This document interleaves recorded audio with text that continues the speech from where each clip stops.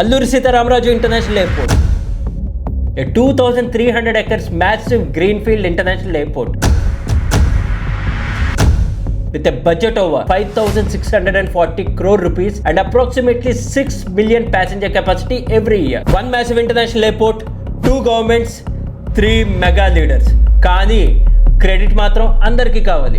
So అస్సలు time waste చేయకుండా ఈ వీడియోలో ఓన్లీ ఫ్యాక్ట్స్ మాట్లాడుకుందాం about this Alluri Sitaramaraju international airport. Hello everyone, నేను Siddharth Prayaga and welcome back to my channel. Guys, ఈ వీడియోలోకి వెళ్ళే ముందు ఒక విషయం క్లియర్గా చెప్తున్నా, నేను ఏ పొలిటికల్ పార్టీ సైడ్ తీసుకుని మాట్లాడను అండ్ ఈ వీడియోలో ఓన్లీ ఫ్యాక్ట్స్ మాత్రం మీ ముందు పెడతా. So let's get in to the video. Guys, ఈ ఎయిర్పోర్ట్ గురించి తెలుసుకునే ముందు మనం కొంచెం హిస్టరీ తెలుసుకోవాలి. We have to go little back in time to 1941 December లో పర్ల్ హార్బర్ అటాక్ చేసింది జపాన్. ఆ తర్వాత సౌత్ ఈస్ట్ ఏషియా అంతా ఆక్యుపై చేయడం కూడా స్టార్ట్ చేసింది. ఎర్లీ 1942 టైంకి బర్మా, మలేషియా, సింగపూర్ ఈ కంట్రీస్ ఆల్రెడీ ఆక్యుపై చేసింది and Japan's next target was India. British వాళ్ళు ఇక్కడే స్ట్రాటజిక్ గా ఆలోచించి వైజాగ్ లో కానీ ఒక ఎయిర్ స్ట్రిప్ ఉంటే వాళ్ళ డిఫెన్స్ ఆపరేషన్స్ అన్ని అక్కడి నుంచి కంట్రోల్ చేయొచ్చు అని చెప్పి ప్లాన్ చేశారు. ఆల్రెడీ వైజాగ్ ఎలాగా నేషనల్ సీ హార్బర్ ఉంది, సో ఎయిర్ స్ట్రిప్ కూడా ఉంటే వాళ్ళ డిఫెన్స్ ఇంకా స్ట్రాంగ్ అవుతుంది. సో 1942 లో బ్రిటిష్ వాళ్ళు ఫస్ట్ టైం ఈ ఎయిర్ స్ట్రిప్ ని కన్స్ట్రక్ట్ చేశారు. బ్రిటిష్ వాళ్ళు ఏం చేసినా వాళ్ళ బెనిఫిట్ కోసమే తప్ప మన కోసం ఏం చేయరు కదా. సో టైంలో కొంచెం ముందుకు వస్తుంది. 1947 ఇండిపెండెన్స్ తర్వాత ఈ ఎయిర్పోర్ట్ అలాగే ఖాళీగా వదిలేశారు. మళ్ళీ 1962 లో నీలం సంజీవ్ రెడ్డి గారు చీఫ్ మినిస్టర్ అయిన తర్వాత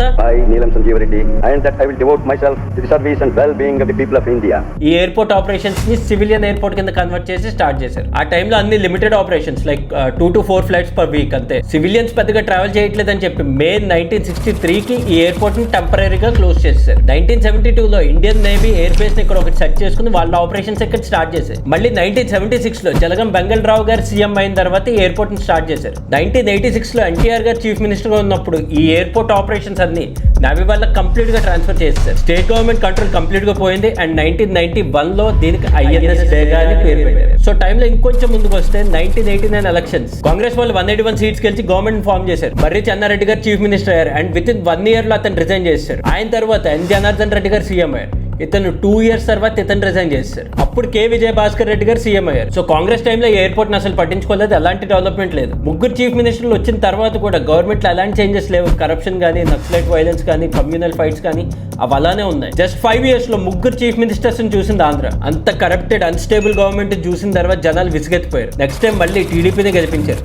ఈసారి భారీ మెజారిటీతో 294 సీట్స్ కి 216 సీట్స్ తో టీడీపీని గెలిపించారు. ఎన్టీఆర్ గారు మళ్ళీ ఇంకోసారి సీఎం అయ్యారు. 1995 లో టీడీపీ పార్టీ స్ప్లిట్ అయింది because of their internal fights and Chandrababu Naidu garu majority of the MLA support తో ఆయన చీఫ్ మినిస్టర్ అయ్యారు September 1, 1995 లో. ఈ విషయంలో ఎవరి ఒపీనియన్ వాళ్ళదే అండ్ దాని గురించి మనం ఇక్కడ డిస్కస్ చేయడం లేదు. 1995 లో సిబిఎన్ గారు ఫస్ట్ టైం సీఎం అయ్యారు. ఆయన వచ్చిన వెంటనే డెవలప్మెంట్ వర్క్స్ చాలా ఫాస్ట్ గా స్టార్ట్ చేశారు, especially targeting Hyderabad. IT hub initiative, e governance services like ఈ సేవ, జన్మభూమి, ఇన్ఫ్రాస్ట్రక్చర్ డెవలప్మెంట్ సపోర్ట్ చాలానే ఉన్నాయి. సేమ్ అలానే 1997 లో వైజాగ్ కి కూడా ఒక గ్రీన్ ఫీల్డ్ ఇంటర్నేషనల్ ఎయిర్పోర్ట్ ఉండాలి అని సిబిఎన్ గారు ప్రపోజ్ చేశారు. భోగపురం అని కాదు, అప్పట్లో అచ్యుతాపురం, సబ్బవరం ఇలా అనుకున్నారు. That was the first time Vizag ఒక ఆల్టర్నేట్ ఎయిర్పోర్ట్ ఉండాలి అనే టాపిక్ వచ్చింది and CBN garu was the pioneer. So టైంలో ఇంకొంచెం ముందుకు వస్తాయి 2014 May AP election results. Chandrababu Naidu garu మళ్ళీ సీఎం అయ్యారు. ఆన్ 2 June 2014 అఫీషియల్ గా ఆంధ్ర, తెలంగాణ సెపరేట్ అయిపోయి స్టేట్ డివైడ్ అయిన వెంటనే సిబిఎన్ గారు 5,311 acres ఏరియాలో ఎయిర్పోర్ట్ కన్స్ట్రక్షన్ చేస్తూ ప్రపోజల్ తీసుకొచ్చారు అండ్ వెంటనే జగన్మోహన్ రెడ్డి గారు దాన్ని అపోజ్ చేస్తూ ఫార్మర్స్ తో ప్రొటెస్ట్ అవి కూడా స్టార్ట్ చేశారు. జగన్ గారి పాయింట్ ఆఫ్ వ్యూ ఏంటంటే ఆల్రెడీ ఉన్న ఎయిర్పోర్ట్ ని డెవలప్ చేయొచ్చు కదా అని. ఇదంతా జరుగుతున్నా కానీ సిబిఎన్ గారు కానీ టీడీపీ కానీ బ్యాక్ స్టెప్ వేయలేదు. ఎయిర్పోర్ట్ వర్క్స్ అన్ని స్టార్ట్ చేశారు అండ్ 2015 లో airport authority India technical approval ఇచ్చింది. మార్చ్ 2016 టైంకి 2,703 acres ల్యాండ్ ని అక్వైర్ చేయడం స్టార్ట్ చేసింది గవర్నమెంట్ అండ్ లోకల్ వాళ్ళు ఎవరైతే ఉన్నారో వాళ్ళ ప్రొటెస్ట్ వల్ల ఈ ల్యాండ్ అక్విజిషన్ కొంచెం డిలే అయింది. ఆగస్ట్ 2017 లో ఈ 5,311 acres ప్లాన్ ఏదైతే ఉందో దాన్ని 2,703 acres కి లిమిట్ చేస్తున్నా అని గవర్నమెంట్ అనౌన్స్ చేసింది అండ్ అఫీషియల్ గా గవర్నమెంట్ క్లియరెన్సెస్ కూడా వచ్చే బిడ్డింగ్ కూడా స్టార్ట్ అయింది. February 14, 2019 లో చంద్రబాబు నాయుడు గారు అఫీషియల్ గా ఫౌండేషన్ స్టోన్ వేసి ఎయిర్పోర్ట్ వర్క్స్ అన్ని స్టార్ట్ చేయించారు. జిఎంఆర్ గ్రూప్ వాళ్ళది హైయెస్ట్ బిడ్డింగ్ ఉంది. సో టీడీపీ గవర్నమెంట్ వాళ్ళకి డెవలప్మెంట్ ప్రోగ్రామ్స్ అన్ని హ్యాండ్ ఓవర్ చేశారు. May 30, 2019 లో జగన్మోహన్ రెడ్డి గారు సీఎం అయ్యారు.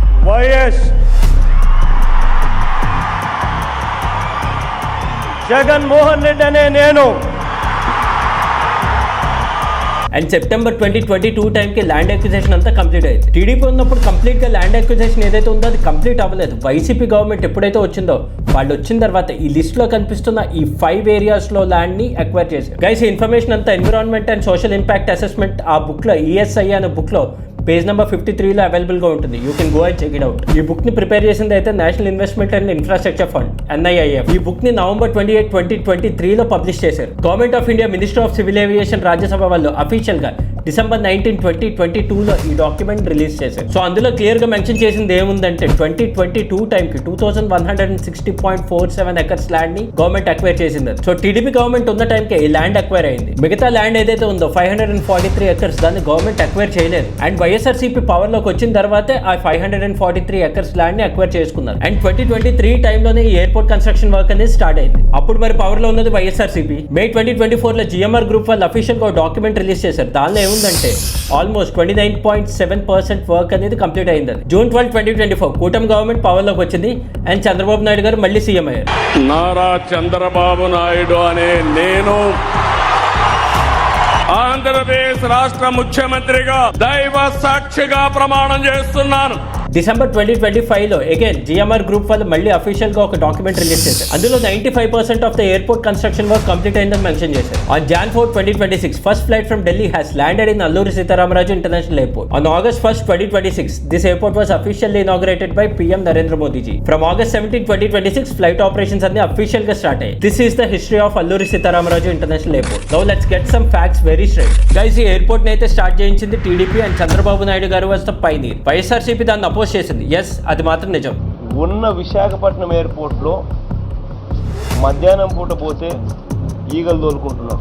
2014 నుంచి 2019 వరకు land acquisition work, all the clearances works ఇవన్నీ టీడీపీ గవర్నమెంట్ చూసుకుంది. కానీ ల్యాండ్ అక్విజిషన్స్ అనేవి ఇంకా పెండింగ్ ఉన్నాయి. చాలా కోర్ట్ కేసెస్ కూడా నడుస్తున్నాయి ఆ టైంకి. 2019 ఫిబ్రవరి 14న CBN గారు ఫౌండేషన్ స్టోన్ వేశారు. వైఎస్ఆర్సీపీ పవర్ లోకి వచ్చిన తర్వాత 2022 టైంకి ఆ మిగిలిన లిటిగేషన్ ల్యాండ్ ఏదైతే ఉందో 543 ఎకర్స్ దాన్ని అక్వైర్ చేసింది మాత్రం వైసీపీ గవర్నమెంట్. మే 2023 లో జగన్ గారు మళ్ళీ ఫౌండేషన్ స్టోన్ వేయించారు. And it was purely for the credit. ఈ రోజు మన ప్రభుత్వం ఈ నిర్మాణ పనులకు ఇక్కడ శంకుస్థాపన చేస్తా ఉన్నాం. నేను అడుగుతా ఉన్నాను, ఇవన్నీ కాకుండానే ఎన్నికలకు కేవలం 2-3 నెలల ముందు మాత్రమే రావడం, టెంకాయ కొట్టడం, పోవడం, గతంలోనే మేము శంకుస్థాపన చేశాము అని చెప్పి మళ్ళీ చెప్పుకోవడం. నిజంగా ఇంతకన్నా దారుణమైన పరిస్థితి రాజకీయాలు బహుశా ప్రపంచ చరిత్రలో ఎక్కడా ఉండవు. వైసీపీ గవర్నెన్స్ ఉన్నప్పుడు 30% ఆఫ్ ద వర్క్ అయితే కంప్లీట్ చేయించారు. అండ్ టీడీపీ వచ్చిన తర్వాత మిగతా 70% వర్క్ అయితే కంప్లీట్ అయింది. దాంతో పాటు ఇనాగరేషన్స్, ఆపరేషన్స్ అన్ని స్టార్ట్ చేయించింది టీడీపీ గవర్నమెంట్. వైసీపీ వాళ్ళు ల్యాండ్ అక్విజిషన్ ఏదైతే చేశారో that was really hard part. అక్కడ చాలా కోర్ట్ కేసెస్ అవి నడుస్తున్నాయి ఆ టైంకి. ఇక్కడ వైసీపీ చేసిన వర్క్ ని టీడీపీ వాళ్ళు యాక్సెప్ట్ చేయరు అండ్ టీడీపీ చేసిన వర్క్ ని వైసీపీ వాళ్ళు యాక్సెప్ట్ చేయరు. కానీ నేనైతే 70% క్రెడిట్ టీడీపీకి ఇస్తా అండ్ 30% క్రెడిట్ మాత్రం వైసీపీకి ఇస్తా. గైస్, ఇది మన Bhogapuram international airport original story. నా సైడ్ నుంచి ఒక సజెషన్ ఏంటంటే మీరందరూ ఒకసారి ఫ్యాక్ట్ చెక్ చేసిన తర్వాత ఒక కంక్లూజన్ కి రావాలి. గైస్, నేనైతే ఫ్యాక్ట్స్ అని ఈ వీడియోలో మీ ముందు పెట్టాను. మీ ఒపీనియన్ ఏంటో కామెంట్స్ లో నాకు చెప్పండి. ఈ వీడియో కనుక మీకు నచ్చినట్టయితే please leave a like and subscribe to my channel for more videos like this. Thank you for watching and next వీడియోలో కలుద్దాం. Take care, bye bye. జై భారత్, జై శ్రీరామ్.